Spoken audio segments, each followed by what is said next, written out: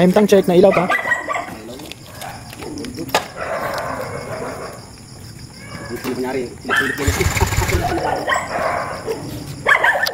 Running condition.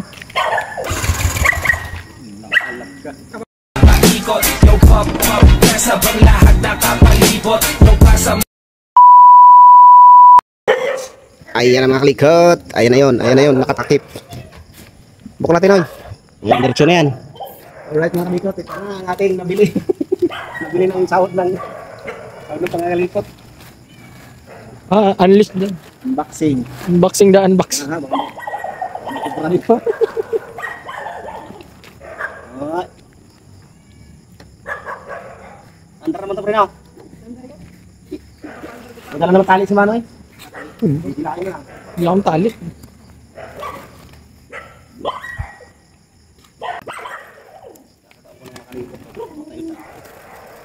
Ang laki pala niyan.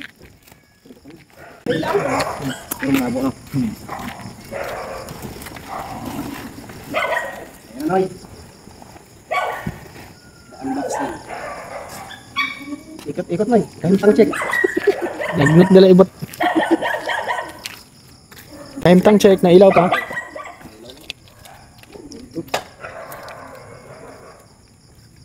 Sino kunyari? Silip-silip yun. Running condition. Kapapaandar ko pa lang yun nakaraan eh. Nandito si Beth. Andar.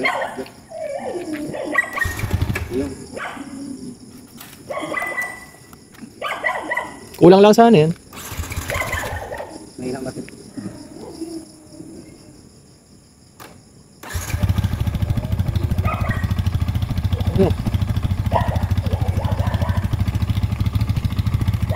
Ibot na. Pagtakbuhan mo na. Dapat tinalagang ano. Wala nga, wala ka tayong ano. Wala ka tayong dalang kuhan.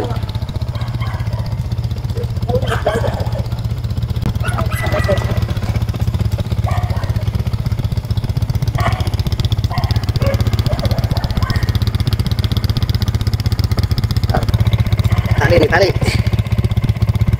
Sumabit pa sa kadena.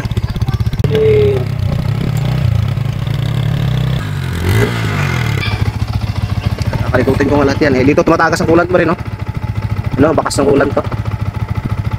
Sa mga hose niya. Papalitin na yung mga hose nito. Malulutong na. Makakalampag talaga ang ano, no? Parang makinan din naman ng sniper to eh. Yung clutch damper niya dito, makalampag ko. Lagay ito, Noy, para may ilaw tayo, Noy.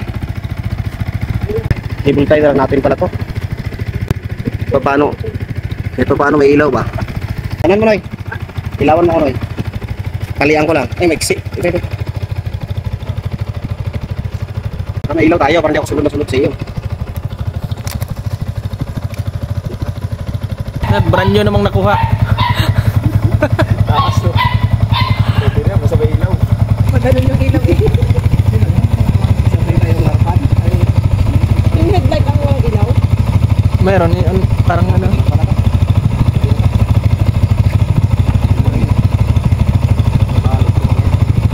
Nakaharang tayo. Harang ba yun? Motor? Ay, parang yung motor. Parang.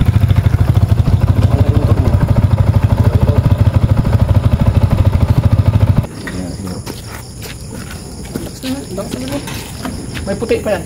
Dilaw lang yan, right? May puti pa yan. Alin? Ay, daw kayo. Wala.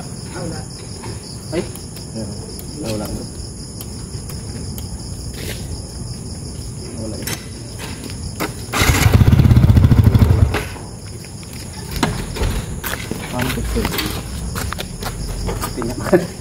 Mga kanal tayo. Mga kanal tayo.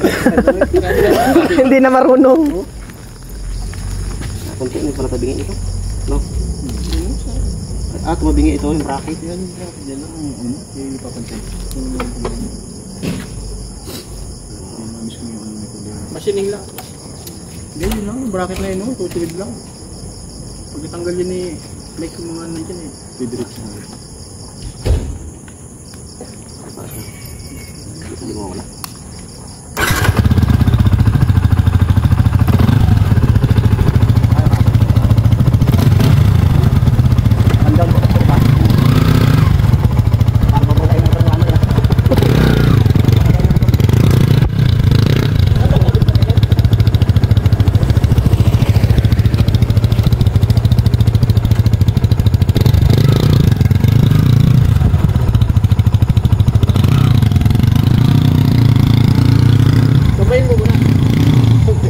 Mabilis na.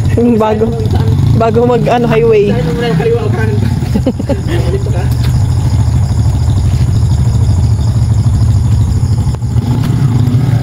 Mas malinaw ang iPhone sa video. Na. Ay, sa highway, tulak ka lang.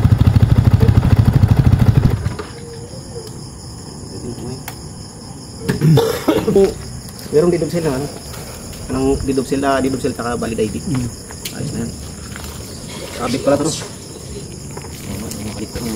Mapapas ka. Ang nais mo yung kasama. Kung natin ito, para mayroon natin sulit gamit. Swap, Noy. Noy, swap. Swap sana. Sabi naman, hindi ko na nga madala paglasing ito muna. Papahirapan pa. Oh, siguro.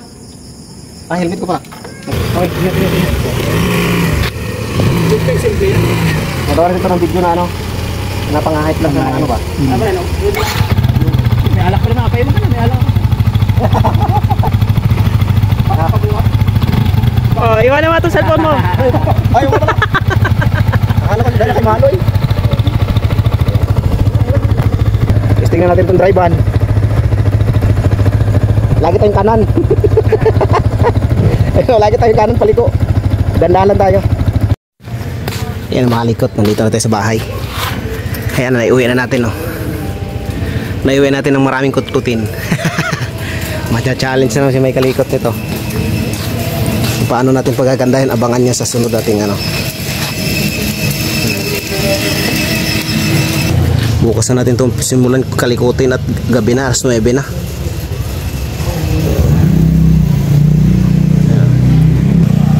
Sa mga nagtatanong kung anong klaseng motor to, ano pala to, Yamaha R15 na version 1. Yan, marami tayong kakalikutin dyan.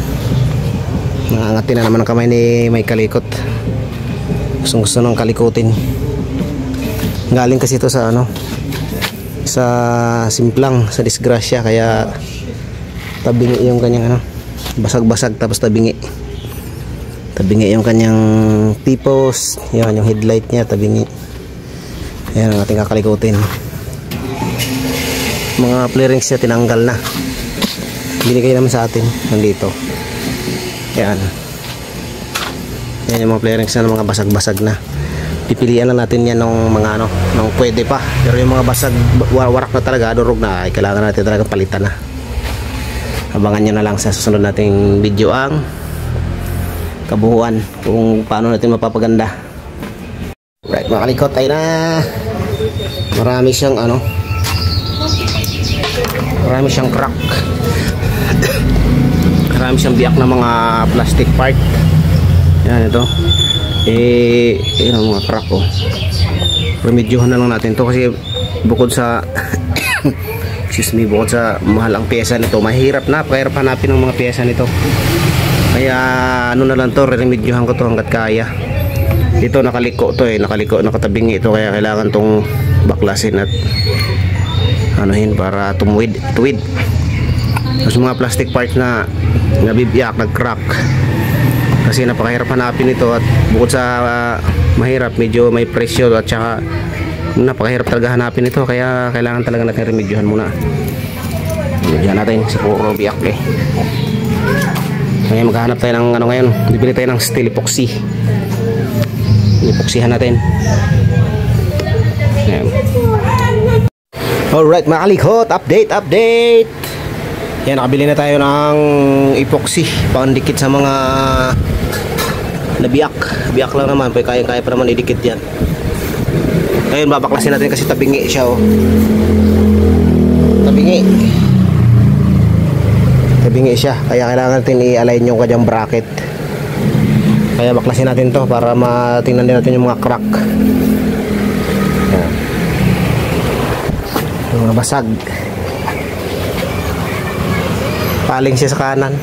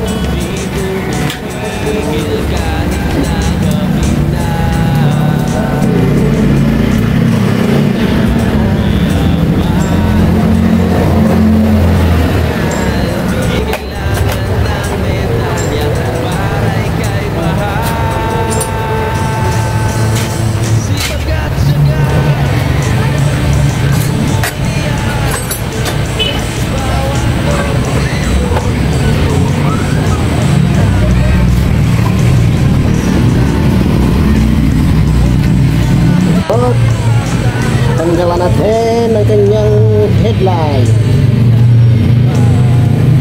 Yan, mga basag ito. Basag. Basag. Putol. Yan, maraming crack. Dito. Yan yung mga ano. Putol.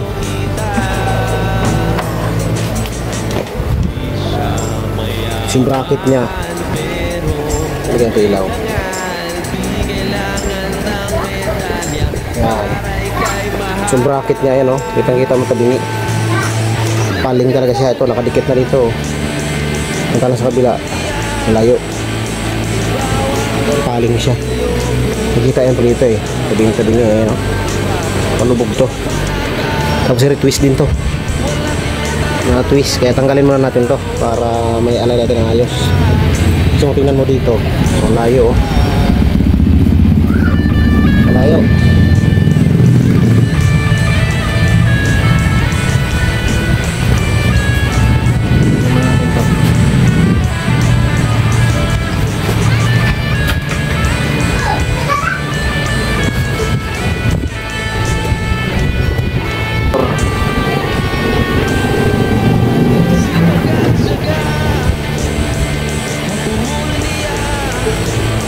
Motor.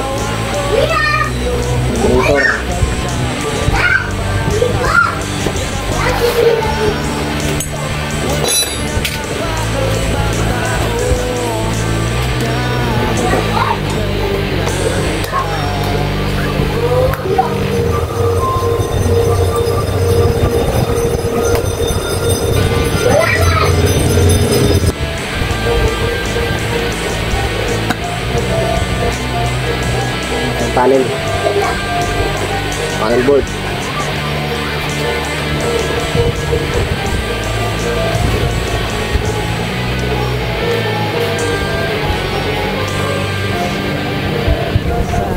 Yan, oh, makikita talaga natin, oh, tabingi.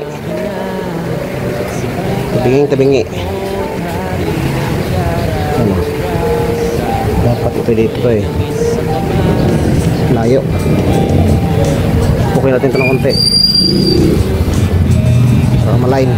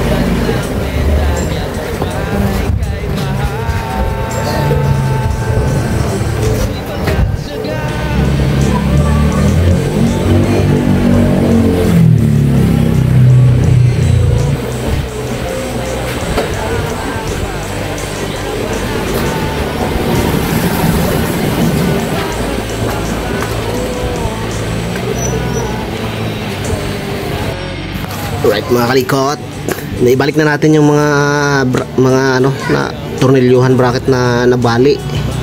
Nilagyan natin ng epoxy. Yan, kasi mahirapan tayo bumili ng isang buong ganito. Tsaka may kamahalan din to. Bukod sa may kamahalan, napakahirap hanapin to. Kasi ano na to R50 na version 1, pinakaunang model. You know, tibay na. Yan. Ito yung mga nag-crack sa ilalim, nilagyan natin. Yan, medyo digulat. At ito naman, yan, medyo align na naman ng konti. Malalaman yan pag ilagay natin yung headlight. Alright mga kalikot, ayan na. Naikasa na natin. Gumitna na siya, oh. Sa gitna na siya. Sa customer yan. Ayan, oh. Gitna na siya. Yan ang matagal i-align. Sa gitna na siya, oh. Tuwid na siya. Ay, marami pa tayong gagawin nito, kaya medyo matagal pa ang ating bakbakan nito. Mga ilaw, wala na rin. Mga bearings niya. Right, sa ngayon yan muna ang ating ngayon, update sa day 1 niya. At medyo marami pang gagawin ito mga kalikot. At abangan nyo na lang sa susunod natin part 2 sa R50 na ito mga kalikot. At maraming salamat sa nakabot sa dulo ng aking video na ito. At abangan nyo ang part 2 or part 3 ng R50 na ito, kung anong kalalabasan before and after nung nakuha natin na ganyan. At hanggang dito na lang ang video na ito, hanggang dulo. Maraming salamat sa nakarating sa dulo ng ating video. At ride safe palagi and bye bye.